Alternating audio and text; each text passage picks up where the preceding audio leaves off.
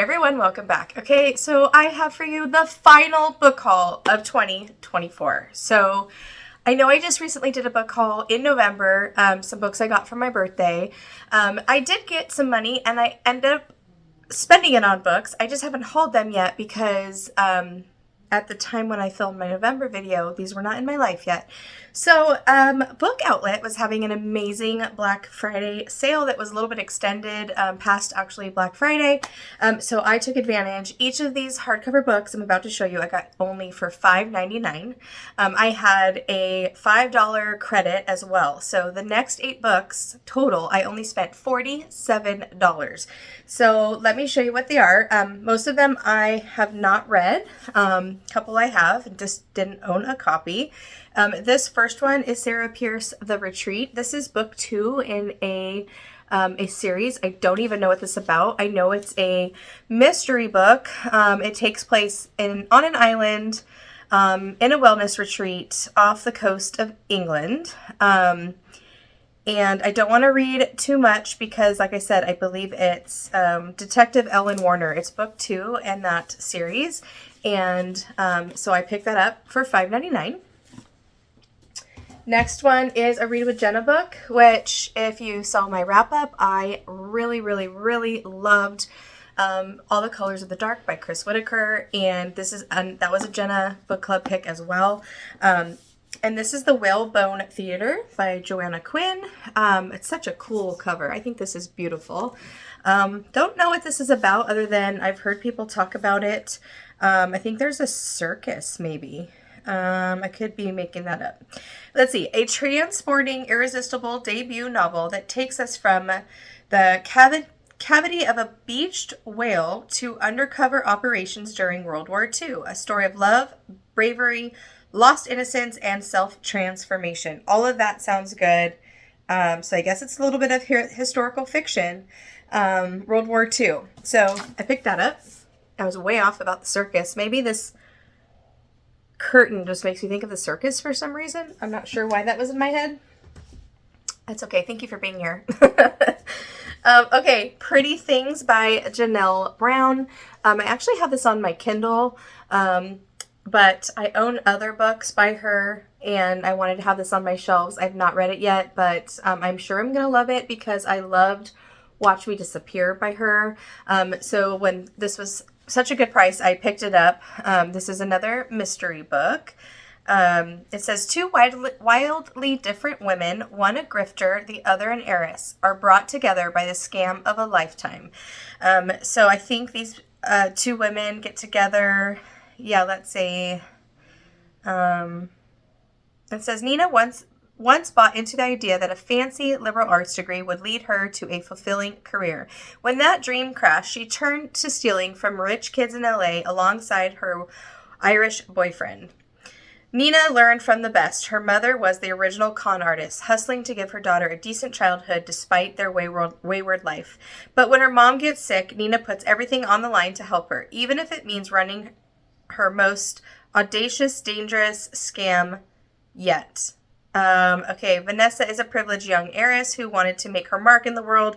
Instead, she becomes an Instagram influencer, traveling the globe, receiving free clothes and products, and posing for pictures in exotic locales. But behind the covetable facade is a life marked by tragedy. After a broken engagement, Vanessa retreats to her family's sprawling mountain estate, Stonehaven, a mansion of dark secrets, not just from Vanessa's past, but from that of a lost and troubled girl named Nina. Nina's, Vanessa's, and Lachlan's past, that's the boyfriend, Lachlan, paths collide here on the cold shores of Lake Tahoe, where their intertwined lives give way to a winter of aspiration and desire and revenge. This is a twisty thriller, and I can't wait to pick it up. So that sounds really good. So that's Pretty Things by Janelle Brown. At a virtual book retreat I was attending earlier in this year, this was brought up and it sounded fantastic. And this is No Two Persons by Erica Bauermeister, I believe is how you say her name. It's kind of a pretty cover too. You can see the people coming out of the book there. And this is about a story that is written and how it changed like the lives of 5 different people that picked up this book. And I think the author of the story and also her life, you follow her life, how her life has changed as well, as the people that pick it up and read it. So I heard it's heartwarming and it was raved about. So it put that on my radar. Okay, the next one I have is Flying Solo by Lynda Holmes. I love this cover. It is so pretty. Earlier in the year, I read and loved Evie Drake Starts Over. That was a debut, I believe, and that was, I just really loved the story and the writing, and it was a 5-star for me. It was a adult romance, but with depth and feeling. And this one, I believe, is going to be similar. We are following a lady named Lori who's about to turn 40. She, for some reason, just recently canceled her wedding, so find out what that's about. And she goes back to Maine, into her hometown, and she's going through her great-aunt Dot, who is a spirited adventurer. She lived to be 93, and so she's going through her stuff. She must have passed away, maybe. And she's going through this stuff, and she finds a love letter that kind of piques her curiosity, and there is a wooden duck that shows up in the bottom of, like, her hope chest. So she finds out this duck has really no financial value, but she starts to look into her aunt's past to find out what is with this duck. It is a journey of self-discovery and new love, and it's a warm and charming novel, it says, with a small town feel, and you're uncovering family secrets. So I am sure this is going to be great. I actually have high expectations for this one. Next one, speaking of Chris Whitaker, loved that book earlier in November, and this is We Begin at the End. This is just another title by him. I'm going to read with you guys what this is about. I have zero idea. All I know is I didn't need to know because of how much I loved All the Colors of the Dark. Let's see. Okay, there are 2 kinds of families, the ones we are born into and the ones we create. It says, Walk has never left the coastal California town where he grew up. His name is Walk. That's interesting. He may have become the chief of police, but he's still trying to heal the old wound of having given the testimony that sent his best friend, Vincent King, to prison decades before. Now, 30 years later, Vincent is being released. Duchess is a 13-year-old self-proclaimed outlaw. Her mother, Star, grew up with Walk and Vincent. Walk is in overdrive, trying to protect them, but Vincent and Star seem bent on sliding deeper into self-destruction. Star always burned bright, but recently that light has dimmed, leaving Duchess to parent not only her mother, but her 5-year-old brother. At school, the other kids make fun of Duchess. Her clothes are torn, her hair is a mess, but let them throw their sticks because she'll throw stones. Rules are for other people. She's just trying to survive and keep her family together.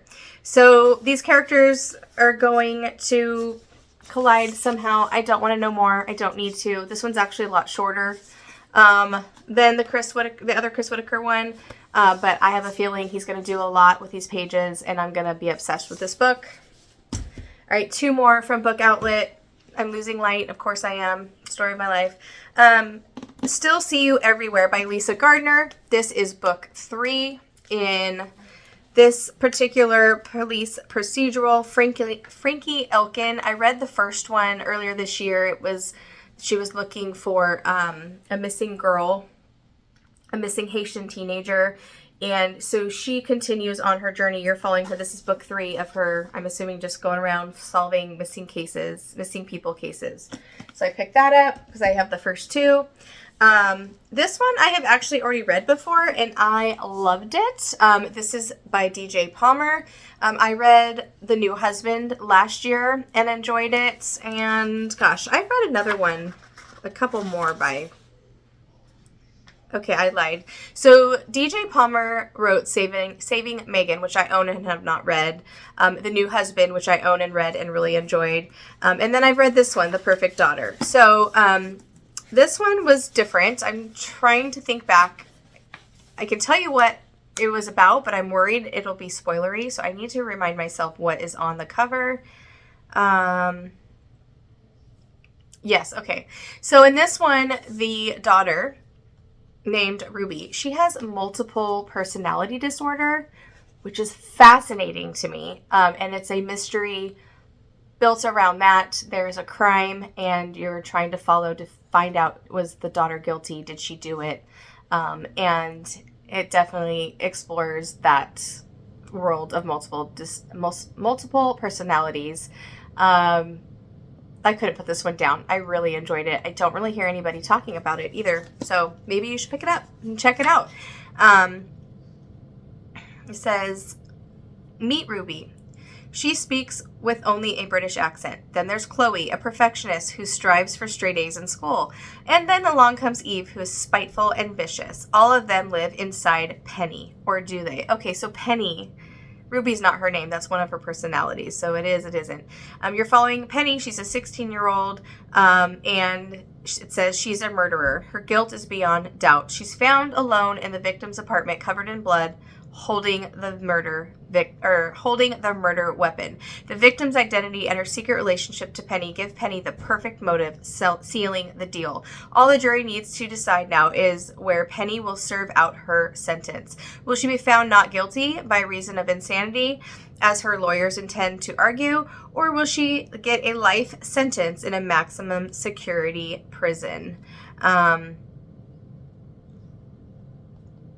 Yeah, so you're following a little bit too as she's awaiting trial in a mental insanity. What's it called? Just a mental hospital for like the criminally insane. And you're following the psychiatrist that works with her as well. You get his perspective. So that was really good. I don't think I sold it as good as it was. I'm sorry, but pick it up if you haven't. And then Target had buy two, get one free Black Friday sale. So I picked some that were on my radar. This is like, I think one of the most, it's Barnes & Noble's #1 book pick of the year, I believe. And this is James. I've talked about this before, by Percival Everett. This is a retelling of Huckleberry Finn, but it's told from the view of Jim. So that's all I need to know. This is going to be probably read early in 2025. I'm kind of anxious to see it, get my own thoughts on it since it was so popular. The next one is Shadowheart by Meg Gardiner. This is the last one in her Unsub series. I have read all her other ones, so I definitely want to finish out this series. And this one, let's see, it says, what happens when two serial killers begin to compare with each other? So yeah, you're following FBI Special Agent Caitlin Hendricks again. And she faces a case from her nightmares. You have a serial killer that's in a Tennessee prison. Yeah, I don't want to read too much into this because I'm worried it's going to spoil something. But it says, in a Tennessee prison, Ephraim Judah Good draws haunting portraits of women he claims he has killed. Around the country, desperate families of the missing seek answers in his eerie drawings. And on darkened black roads and New York City streets, a new killer poses duct tape bodies at the sites of Good's murders. So that's all I want to know. I'll pick this up. I probably love it. I've given this whole series either 4 or 5 stars. And then I guess technically my free one, I don't know. And I'm very sad because I returned this because when I got it in the mail, it was damaged. And in taking the thumbnail picture for this video, I damaged the cover. You see that? See that little right there? That's going to bug me. I'll probably just get a black Sharpie and color it in so I'm not sad. But this is The Courting of Bristol Keats by Mary E. Pearson. I don't know if it's adult. It's adult. Her other book I have that I have not read is young adult, but this is, I believe, magical and fantasy. It's such a gorgeous book. Look at this thing. Are you kidding me? Such a beautiful cover. And I can't wait to pick this one up. It's a book about fairies, so we have fantasy. After losing both their parents, Bristol Keats and her sisters struggle to stay afloat in their small, quiet town of Bowes Keep. When Bristol begins to receive letters from an aunt that she's never heard of, who promises she can help, she reluctantly agrees to meet and discovers that everything she thought she knew about her family is a lie. Her father might even still be alive, not killed, but kidnapped by terrifying creatures and taken to a whole other realm, the one that he is from. Desperate to save her father and find the truth, Bristol journeys to a land of gods and fae and monsters. Pulled into a dangerous world of magic and intrigue, she makes a deadly bargain with the fae leader, Tigan.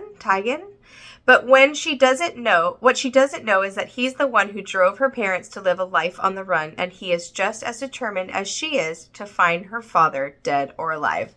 So maybe an enemies to lovers trope here. We walk into a world filled with fae, gods, and monsters. That all sounds like it will sweep you away and just take you away from reality. I can't wait to pick that one up.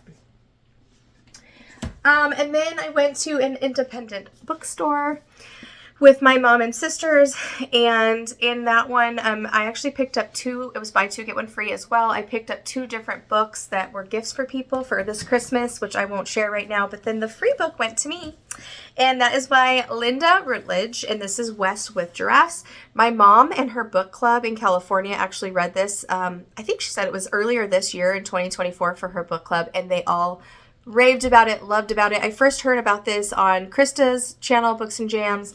But this one sounds great. It's a beautiful cover too. I love the giraffe on the back. It says, Woodrow Wilson Nichol, age 105, feels his life ebbing away. But when he learns giraffes are going extinct, he finds himself recalling the unforgettable experience he cannot take to his grave. So you flash back to 1938 during the Great Depression. Hitler's threatening Europe, and world-weary Americans long for wonder. They find it in 2 giraffes who miraculously survive a hurricane while crossing the Atlantic. What follows is a 12-day road trip in a custom truck to deliver Southern California's first giraffes to the San Diego Zoo. Behind the wheel, in the young Dust Bowl, Rowdy Woodrow. Behind the wheel is the young Dust Bowl Rowdy Woodrow. Inspired by true events, this tale weaves real-life figures with fictional ones, including the world's first female zoo director, a crusty old man with a past, a young female photographer with a secret, and assorted reprobates as spotty as the giraffes. Part adventure, part historical saga, and part coming-of-age love story. I can't read because there's a sticker in the way. But yeah, so this is somewhat true, somewhat historical fiction, a little bit made up, and I can't wait to hear about this. I can't wait to read this one. Okay, so last but not least, this book came as a belated birthday present from Luke, who is my daughter's boyfriend. It was so thoughtful. It's been on my wish list for a very long time, and that is Something Wicked This Way Comes by Ray Bradbury. This was first written and published, I believe, in the 60s. There's a movie that has been produced and put out years ago, also maybe in the 80s, I can't remember, that I really like. And this is a carnival story, and I want to read it at Halloween time. Can't wait to pick it up. A carnival comes to town in Illinois a week before Halloween, and you hear a shrill siren song that beckons all a seductive promise of dreams and youth reimagined. 2 boys will discover the secret of its smoke, mazes, and mirrors. 2 friends will soon know all too well the heavy cast of wishes and the stuff of nightmares. It says few novels have endured in the heart and memory as has Ray Bradbury's unparalleled literary masterpiece. Something Wicked This Way Comes, scary and suspenseful, is a timeless classic in America. This new edition commemorates the novel with personal essays on its genius by the author, a wealth of critical essays and reviews by Stephen King, Seth Graham Smith, Margaret Atwood, and others. A rare manuscript, pages and sketches from Ray Bradbury's personal archive, and much more. So this special edition, I'm very happy to have, and it's such a cool cover, and I cannot wait to read this. So thank you, Luke, for my amazing birthday present. So there you have it, the last haul of December, you guys. I'm sure I will probably get a book or two for Christmas, I'm imagining. If I do, I will haul those in January. But that will be it for 2024. So thanks again for watching. I hope you guys are reading something amazing, and I will see you in my next video. Happy reading. Bye.